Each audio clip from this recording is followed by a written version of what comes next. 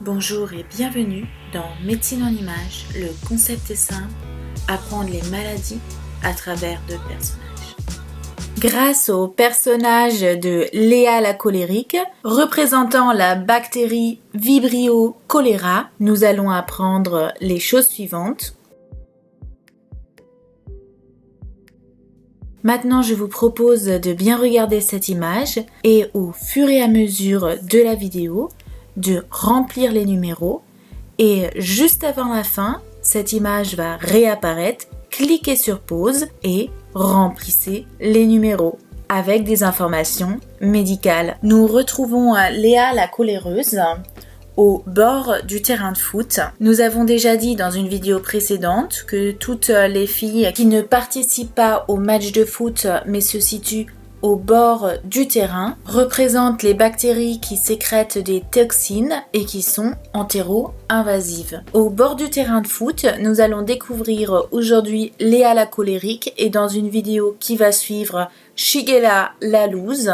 En effet, ces deux filles semblent toxiques au jeu, elles sont en colère et ne peuvent pas participer au match et sont prêtes à tout pour saccager le match de foot. Voilà, le petit aparté est fini. Maintenant, intéressons-nous à l'histoire de Léa la colérique. Léa la colérique était prête à jouer, elle porte ses vêtements de sport, elle a un short bleu très très clair avec des motifs de grains de riz dessus et un t-shirt rouge avec le print d'un panier à fruits. Bien sûr, elle dispose également du rouge à lèvres marron à la mode. Si nous observons bien Léa, à l'écart du jeu, elle vibre de colère. Colérique, elle lance même une chaussure et la jette sur le terrain. Son autre chaussure de sport est pleine de boue dans la flaque parce que Léa, dans toute sa colère, n'a même pas remarqué qu'elle se situe dans une énorme flaque de boue. D'ailleurs, il n'y a pas que les chaussures de Léa qui sont sales, il semble qu'elle se soit jetée dans cette flaque. Elle est complètement un crado de partout. Ah là là, la rage, cela peut nous emmener loin. Notre chère Léa se retrouve dans une flaque de boue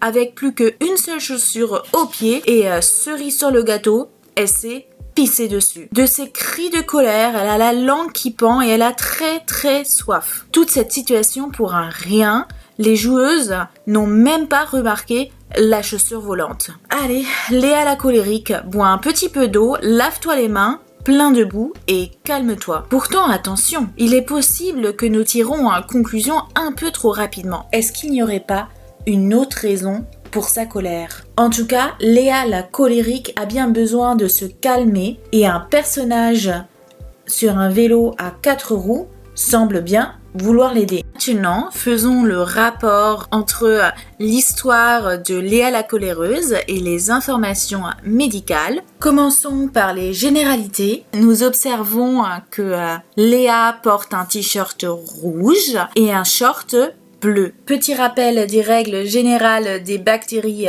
de nos vidéos précédentes. Le t-shirt représente toujours la coloration de Gram et lorsque le t-shirt est rouge, il s'agit d'une bactérie de Gram négative. En effet, la bactérie Vibrio cholera est une bactérie de Gram négative qui sécrète des toxines. Ces toxines amplifient de façon exagérée le processus de sortie d'eau, de sodium et de chlore des entérocytes. Cela amène à une diarrhée liquide presque incolore, aussi nommée odorie. Les toxines qui amplifient le processus de sortie d'eau exagérée est représentée par Léa la colérique qui, dans sa colère, se pisse dessus. L'eau sort de façon incontrôlée. Vous pouvez vous imaginer que dans les formes majeures, cette sécrétion d'eau peut aller jusqu'à 25 litres par jour. Et dans les épisodes précédents, nous avons vu que la couleur de short représente s'il s'agit plus d'une diarrhée liquide ou s'il s'agit plus d'une diarrhée hémorragique.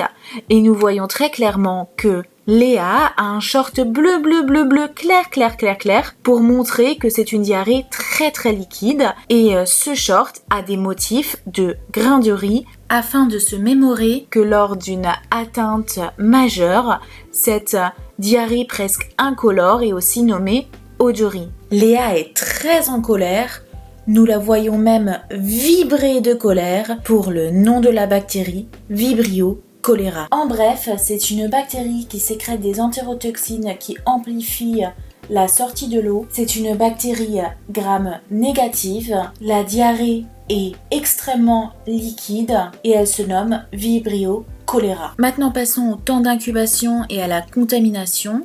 Nous avons déjà discuté dans les épisodes précédents que le temps d'incubation est représenté par les chaussures. Petit rappel, plus le temps d'incubation est rapide, plus les chaussures sont adaptées à jouer au foot. Ici, nous pouvons remarquer que sur un pied, elle a des chaussures de sport particulièrement adaptées, tellement rapides que ça lance même une flamme de feu. Et sur l'autre pied, eh bien, elle est pieds nus, qu'elle serait un peu ralentie dans son jeu de foot. Cela représente le temps d'incubation qui peut différer. Les premiers symptômes peuvent apparaître très rapidement dans les prochaines 12 heures après contamination ou peuvent prendre plus de temps, jusqu'à 5 jours. La chaussure représente l'apparition rapide de 12 heures et pieds nus représente l'apparition plus lente de 5 jours. Passons à la contamination. La contamination se produit par voie féco-orale par le biais d'eau ou d'aliments contaminés. Les aliments contaminés sont souvent justement, d'après le motif de Léa sur son t-shirt, des fruits ou des légumes qui n'ont pas été lavés. Nous voyons également dans sa gourde qu'elle ne boit pas de l'eau propre. Sa gourde semble détenir de l'eau sale, un peu marron. La contamination se fait sous forme féco-orale, ce qui explique son rouge à lèvres à la mode marron. La bactérie Vibrio cholera est répandue dans les lieux à faible situation sanitaire. En bref,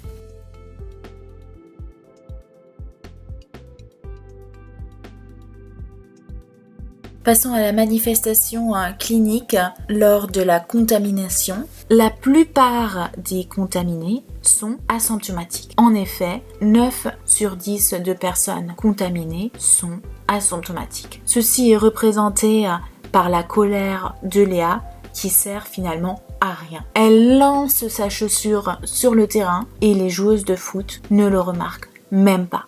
Sa colère est donc sans conséquence. Par contre, les formes majeures nécessitent un traitement sans lequel le choléra est mortel. En effet, dans les formes majeures de choléra, du coup une déshydratation massive, par exemple avec une diarrhée de 25 litres d'eau par jour, sans traitement, le taux de mortalité est à 50%. Nous avons donc compris que le symptôme principal des patients atteints de forme majeure est une diarrhée tellement liquide que les patients sont complètement déshydratés. Léa a également la langue qui pend et a bien besoin de boire beaucoup d'eau. J'aimerais bien faire un petit aparté supplémentaire par rapport à la clinique de cette bactérie. Nous voyons que Léa est rouge de colère. Par contre, la couleur rouge se situe sur son cou et non sur son visage, puisque nous avons dit dans les épisodes précédents que les joues rouges représentent la fièvre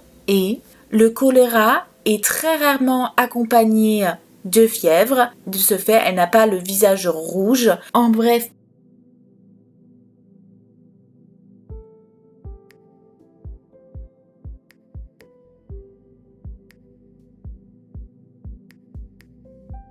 passons maintenant au diagnostic et à la thérapie. Le diagnostic se base tout d'abord sur la clinique, alors sur l'apparition soudaine d'une diarrhée sévère et d'une exposition récente possible à la bactérie. Une fois cette clinique probable, on peut faire un échantillon de sel grâce à la coproculture.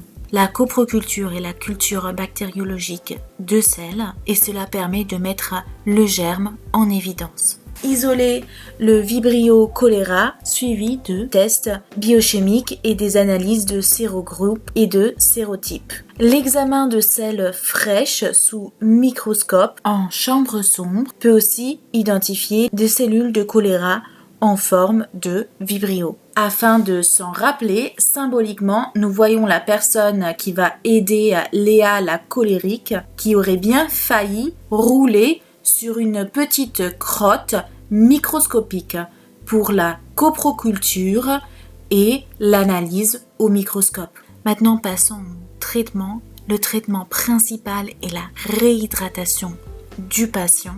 L'homme qui va vers Léa la colérique, dans son panier, il y a plein de bouteilles d'eau, mais également à côté de la réhydratation qui est forcément nécessaire dans les formes majeures. On peut également utiliser des antibiotiques. 3 antibiotiques sont typiques. Pour cela, observons cette scène. Il ne s'agit pas de n'importe quel homme. Il s'agit du président Macron qui vient sur son quadricycle fluo aider Léa. Cette image représente les antibiotiques. Emmanuel Macron pour macrolide, la bicyclette à 4 roues pour tétracycline et la bicyclette fluo pour fluoroquinolone. En bref,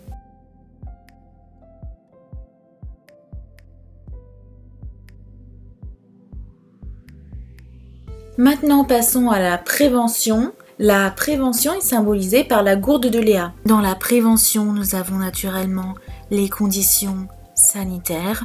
Nous voyons que Léa boit de l'eau sale. Nous observons également le motif sur sa gourde de fer à cheval. Le motif de fer à cheval signifie toujours le vaccin dans les endroits à faible situation sanitaire. Le vaccin oral de la choléra est indiqué. En bref,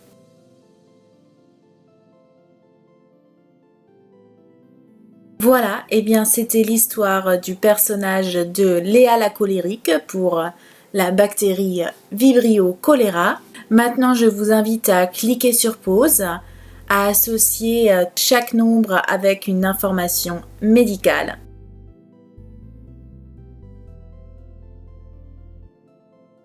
Il y a une question sur laquelle je ne vous ai pas répondu. Est-ce qu'on n'aurait pas jugé Léa trop rapidement? Y a-t-il une autre raison à part sa soi-disant toxicité à être aussi en colère? Eh bien, histoire à suivre avec un prochain épisode et avec les sœurs Salmonella les tricheuses. Un grand merci pour avoir visionné cette vidéo. Afin de m'encourager, laissez un like et abonnez-vous.